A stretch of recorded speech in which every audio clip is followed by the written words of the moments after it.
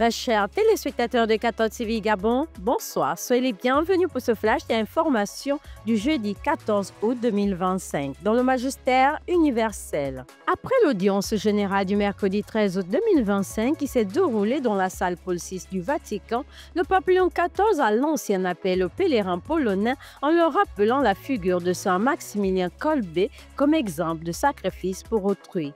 En saluant les pèlerins qui ont suivi la catéchèse sur les écrans, le pape Léon XIV les a rappelé les paroles du Seigneur qui nous invitent à chercher le chemin qui nous conduit vers lui, vers Dieu le Père, tout en implorant chacun à prier Dieu de donner la paix à tous les peuples qui vivent la tragédie de la guerre. Nouvelle d'église. Il s'est tenu du lundi 4 au vendredi 8 août 2025 dernier à Pretoria, en Afrique du Sud, une assemblée plénière de la Conférence des évêques catholiques d'Afrique australe. Cette rencontre des évêques d'Afrique du Sud, du Botswana et des Chouantini avait pour but de renouveler leur engagement à renforcer les structures synodales, à approfondir la formation des laïcs, à garantir la viabilité financière des institutions ecclésiales et enfin à faire progresser la mission écologique de l'Église africaine. Au cours de ces journées de rencontres et dans un geste écologique significatif, les évêques d'Afrique australe ont officiellement approuvé la célébration annuelle de la fête de la création en Christ, une réponse de l'Église africaine à une conversion écologique. Église en marche. À l'occasion de la célébration de la fête de Saint Maximilien Marie Kolbe, prêtre et martyr franciscain, décédé le 14 août 1941, une messe a été célébrée à la chapelle Saint-François de Sales de la Maison catholique des médias par l'abbé Serge Patrick Mabikassa, coordonnateur des médias catholiques.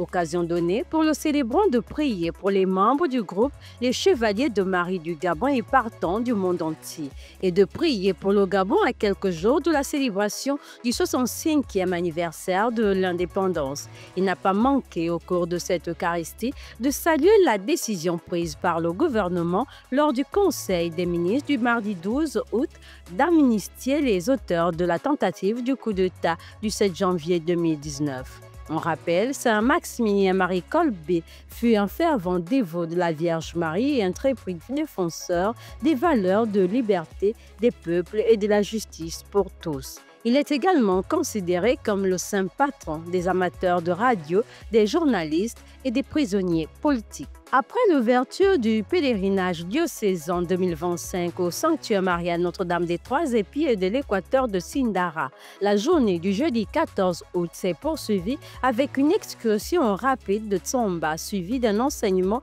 sur le thème « Marie, Mère douloureuse de l'Espérance » Luc 1, 38. Un moment unique pour les pèlerins qui ont admiré la création et rendu gloire à Dieu pour la création. La journée s'est achevée avec la messe de 18h, messe au cours de laquelle il y a eu le baptême des enfants, veille de la fête de l'Assomption de la Vierge Marie. On note qu'une messe solennelle sera célébrée le vendredi 15 août 2025 par l'évêque du diocèse de Mouila, son Excellence Monseigneur Mathieu Madega Leboakeyan.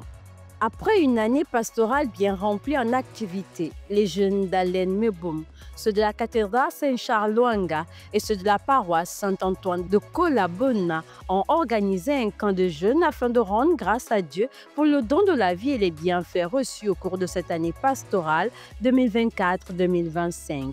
Ce camp s'est achevé par une célébration eucharistique présidée par l'abbé Debrascar Ndon-Obam, vicaire de la cathédrale Saint-Charles-Loanga.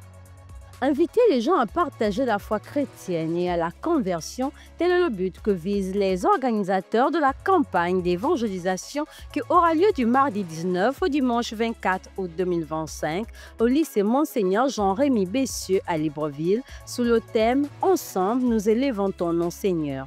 Durant ces différentes rencontres, il y aura deux grandes phases.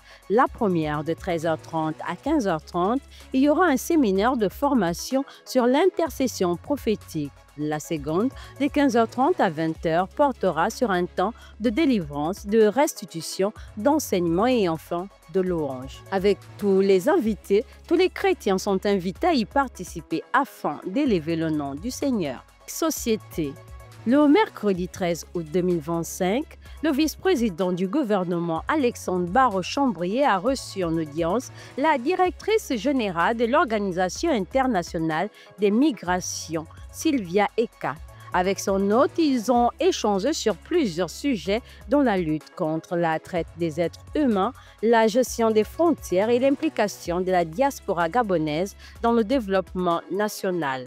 Le vice-président du gouvernement a encouragé l'initiative de l'Organisation internationale des migrants tout en invitant l'organisation à être pragmatique dans sa compréhension de la dynamique de la diaspora gabonaise pour permettre son implication effective dans le développement du pays.